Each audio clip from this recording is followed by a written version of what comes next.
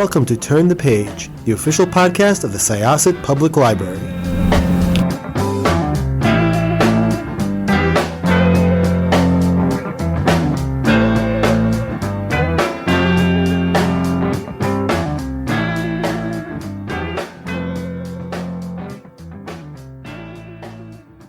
Hi, this is Jessica with Syosset Library's Turn the Page podcast, and I'm really excited to have the author of this book here today because it has an amazing title. Usually, when a book has such a fun title, and I'm just like, I have to read it, I have high standards for the book. This book met those standards, which made me very, very happy. So welcome, Mark Waddell, and let's talk a little bit about Colin Gets Promoted and Dooms the World. Yeah. Hello. Thank you for having me. It's actually pronounced Waddell, so that's okay. Oh, I'm sorry, Mark Mark Waddell. Waddell. That's Welcome, Mark okay. Waddell. That's okay. Lots of people do that. So let's talk a little bit about this book and kind of just where the idea came from. It was super fun, as I mentioned. I really enjoyed the premise. I liked the world. It was a world I would very gladly sit in for quite a while. But it's the story, obviously, of somebody named Colin, and he has a mundane, boring job like a lot of people do, except it's working for the forces of evil. But, I mean, they have to have offices too. And, Right. he has his terrible coworkers and he has a roommate who he loves, but for the most part, he doesn't really like a lot of people. Just, he's trying to get through his day. And then mayhem ensues. So talk a little bit about it and where the whole idea for this book came from. Yeah, sure. Right. The book follows Colin Harris, who's a sort of late 20s nobody, and he's a data analyst in the world's oldest and most sinister company called Dark Enterprises. And yeah, the forces of evil, literally. And their business model is solving problems, often by the worst means possible. And Colin is someone who I think a lot of readers can relate to. He feels powerless, and he doesn't have the respect of really anybody in his life apart from his best friend and his roommate. And he is bullied by his coworkers. He's been overlooked by everyone forever. And he's approaching 30 and he just wants to matter. He wants his life to mean something more than just sitting in a cubicle. And the story opens with him learning from his boss that he has 1 week to turn his performance around, or he'll be terminated. And in Dark Enterprises, when you're terminated, it is literal. So um, he becomes increasingly desperate, and eventually he does something very unwise. He makes a deal with a shadowy entity for the thing that he believes will change everything, which is a promotion. And as you said, chaos ensues from there. And yeah, this is the book is sort of classified as a contemporary fantasy or urban fantasy. It's very much though grounded in the real world. Colin works and lives in Manhattan, and uh, it's partly a sort of corporate satire, partly horror. It's very dark. It's funny. It's queer. There's some romance in there, and this book was. It took me years to write this. I started writing it, I think, in 2018, and it is coming out October 7th of this year. So it's had a long gestation, but this is the book that I always wished I could write, and I'm super proud of it. So yeah, that pretty much sums it up. And it it really does hit a lot of great buttons. Where did the idea for it come from for you? So partly I don't know. It's one of those things where an idea just kind of pops into your head and you start writing something and then it just keeps coming. But I I myself never worked in the corporate world, so this is not like I took my own experiences and transformed them into a book. This is all sort of imagined, based on lots of other examples we have out there of great sort of corporate satire. Uh, but I had this idea originally for a story about I grew up reading a lot of fantasy novels, the sort of sword and sorcery epic fantasy, where the brave band of heroes goes after some big evil. And I had this idea for a book that would turn that on its head a little bit and follow uh, the apprentice to the big bad, following that climactic battle, and what would the world look like from that person's perspective, right? They had just watched their boss or their mentor be brutally murdered by a group of so-called heroes. What would that look like? And it was me thinking about, could I deconstruct some of these really old fantasy tropes and put a different kind of veneer on them? And then all of a sudden I thought, I don't have to set this in that sort of archetypal fantasy setting, uh, quasi medieval fantasy setting that so many of these books use. What if I set this in the present day, right? And not and in a company that uses things like dark sorcery and blood sacrifice to do all the terrible things that corporations do. And that's sort of how this all started.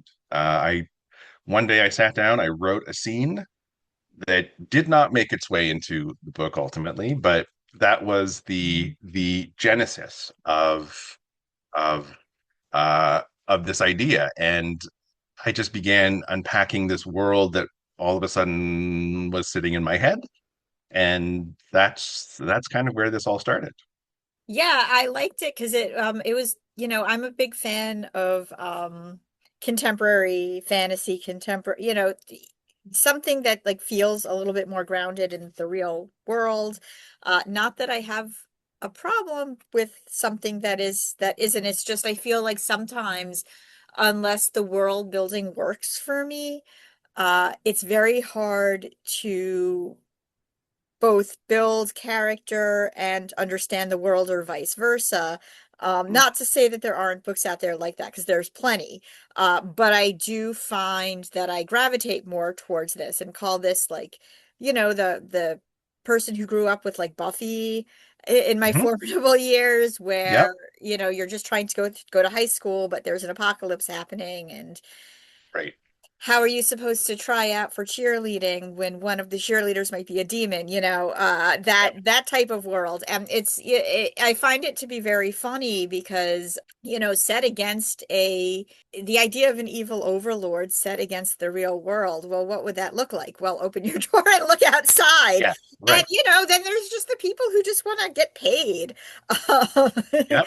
Yeah, Exactly. so Colin is one of those guys, and he's unfortunately like he would love to have a date. He has no love life. He doesn't have much in the way other than his roommate outside of this job that makes him miserable. So obviously, when he's offered this deal, even though he's probably aware that it's too good to be true, he takes it. And then a bunch of other things that are too good to be true begin to happen. I have to say, like, it was a fun cast to read, and it was fun to kind of imagine how he was going to get himself through it. Like I said, the supporting cast was great. I really loved the librarian character, Hmm. obviously. Yeah, Lex, right. Rex was really, really fun. And it just sort of was, again, it was very, very relatable. I find it funny that you have not worked an office yourself. Did you draw like inspiration from anywhere specific, or did you just watch a lot of Office Space, meaning that one movie over and over again? Yeah. I definitely watched Office Space when I was younger. Yeah, that was kind of a formative thing, right? Back in the 90s, that was like that sort of formative and then shows like The Office, right? Both the British and the US versions. I watched both of those. But I will say I did spend, 20 years working in academia, which you would think is not really all that similar to the corporate world, but in fact, increasingly, and over those 20 years, I found it to be very much increasingly corporate. And just the sort of endless meetings and the endless paperwork and the kind of soul-crushing use of buzzwords and lingo and jargon. Uh, so I definitely had that to draw on. Just that sort of visceral experience of having had to put up with that for 2 decades. But yeah, I think one of the wonderful things about being a writer, being an author, is you can just project yourself into worlds that you yourself have never visited before and still hopefully make it seem relatable and realistic and make it make sense for your readers. And so I was doing a lot of that with this. And yeah, I mean, exactly. Things like Buffy, right? Where it's the sort of pressures of sort of everyday mundane life that all of us, of course, have to deal with. And then you juxtapose that with just really insane weirdness. And that for me, I've always loved that. I grew up reading Douglas Adams and Terry Pratchett and authors who did that really, really well. And a lot of that informed how I put this world together. It read just as fun as having, read or watched any of those things. And I'm kind of not talking too much about the plot just because I feel like a lot of things that I would say would give away certain things. But yeah, like I said in the beginning, it was super fun. To the point that I would love to read more in this world, because I feel like, you have the side characters, you have Colin, you have his love interest Eric, and you have Dark Enterprises, which has layers. I feel like there's more here. Are you going to continue to tell stories within this building, within this facet of Manhattan and this company? Yeah, so I have lots of ideas for a sequel for this particular book, following Colin and his friends. I am though working on I have a two book deal with Penguin Random House, and so this was book one. I am working right now on finishing edits on second book, which is also set in Dark Enterprises. It's set in Denver, though, in a different office, so follows different characters, but it is the same company, the same weirdness. And yeah, honestly, the more that I sit with this world in my head, the more that I write, the more I find. It's just sort of buried in there. And so I would love to keep writing these books forever because as you say, there are lots of layers to it, and this is this is a global company that has been around for thousands of years. There are a lot of stories I could tell. So if people enjoy this book, then they will definitely, I hope, enjoy the next one, and fingers crossed there will be more after that. So, just in general, I have to ask, would you say, aside from the consequences and the bad parts of Dark Enterprises, would you say that there are benefits that, like if you were to be like, I'm either going to work at Dark Enterprises or I don't know, like a finance company, would you say that Dark Enterprises benefits might be a little bit better? Yeah. So one of the things that I wanted to do with this book, and the question that I kept coming back to a lot was, yeah, this is a bad company that does terrible things, and the people that work there are to a degree complicit in that. But, we now live in this global marketplace where there are so many companies out there that we know are doing terrible things every single day. It doesn't stop us from using their products, which is a whole other question and a whole other issue about consumerism and capitalism. But I did ask myself this question a lot, right? Like, should we hold people responsible who work for those companies when they're just they just want a paycheck. They just want to put a roof over their heads and feed their kids, right? And we live in a system where you need money to do that. So, and so I want readers to really sort of wrestle with that question about, is Colin a terrible person because he works for this company and he's okay with working for it? And one of the things that I try to show with some of Colin's sort of inner monologuing is he does recognize, right? He actually went from a terrible job in this small accounting firm and was like, this is horrible, and I could see my whole life flashing before my eyes, and I'm only 25. And he ends up in this company with these incredible perks, right? I mean, you're working for people who literally commune with gods. Imagine what you could do if you just climb that ladder, right? Imagine what you could do or have if you manage to work your way to the top. And this is so, in that Colin's ambitions are very, I think, again, relatable. I think lots of people feel the exact same way. Like, oh, I don't have everything that I want yet, but if I just keep climbing that ladder and chasing the next promotion and the next promotion after that, maybe I will have everything I want someday. Which of course is a fantasy that these companies encourage their workers to embrace. And yeah, I mean, honestly, if I had a choice between these two companies, and I was like, well, I could have just a boring old 401k and mediocre healthcare coverage, or I could work for a company where, I mean, sure, I might die, or I might be lost in some horrific dimension of pain and suffering, but I also might get on the good side of an investor from another dimension, become immortal. Who knows, right? The sky is the limit. Uh, I think I would probably take that job. Um, Do they have and a good work from home policy though? oh, absolutely not. No. Yeah, I didn't think so. I'm like, yeah, I can't see that being one of the Yeah. perks. No, if you miss, I think I have it there. If you miss more than 3 days of work, the so-called firing squad shows up at your door with a lot of very pointed questions about why you aren't at work. And if they don't like the answers, well, that's why they're called the firing squad. Thank you so much. This was fun. The book was Thank fun. you. Colin gets promoted and dooms the world. I'm really excited that there's more Dark Enterprises books coming out. Me too. We all need more. We all need more of this fun right now, I think. Yes. Yeah, I Super, think so. super. Yeah. Yeah, I think it's super fun. And again, another thing that I always enjoy is just kind of the background setting of,